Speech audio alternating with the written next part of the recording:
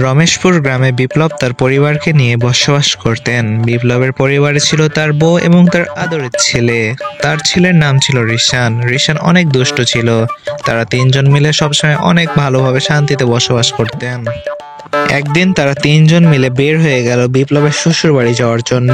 রিশান তার নানি বাড়ি যাওয়ার জন্য অনেক উৎসাহের সাথে বের হলো এবং সে অনেক আনন্দিত ছিল যে আজ অনেকদিন পর তার নানা নানির সাথে দেখা করবে সে। রিশান অনেক লাফালাফি করতে করতে একসময় তারা তিনজন মিলে পৌঁছে গেল তার নানির বাসায়। রিশান তার নানা নানির সাথে দেখা করে অনেক আনন্দিত হলো এবং তারা তিনজন মিলে অনেক অনেক মজা করতে থাকলো একসাথে।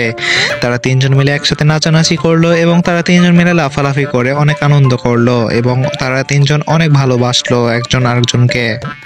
মজা আনন্দ ফুর্তি করার পরে বিপ্লব তার ছেলে রিশান এবং তার বউকে নিয়ে বাসার উদ্দেশ্যে চলে গেল এবং তাদের শ্বশুর শাশুড়িকে টাটা দিয়ে বাই বাই দিয়ে চলে যাচ্ছিল।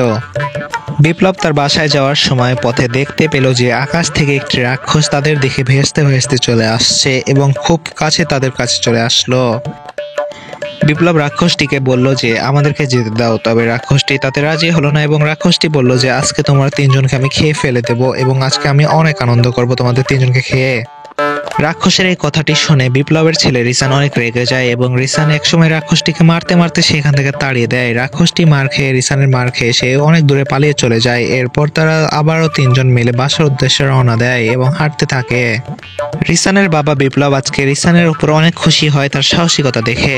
রিশানের বাবা বিপ্লব আজকে অনেক আনন্দিত, তার জন্য তারা তিনজন মিলে অনেক লাফালাফি করে আনন্দ করলো রিশানের সাহসিকতা দেখে। রিশান অনেক সাহসী একজন ছেলে, তার জন্য সবাই লাইক দিয়ে চ্যানেলটি সাবস্ক্রাইব করুন।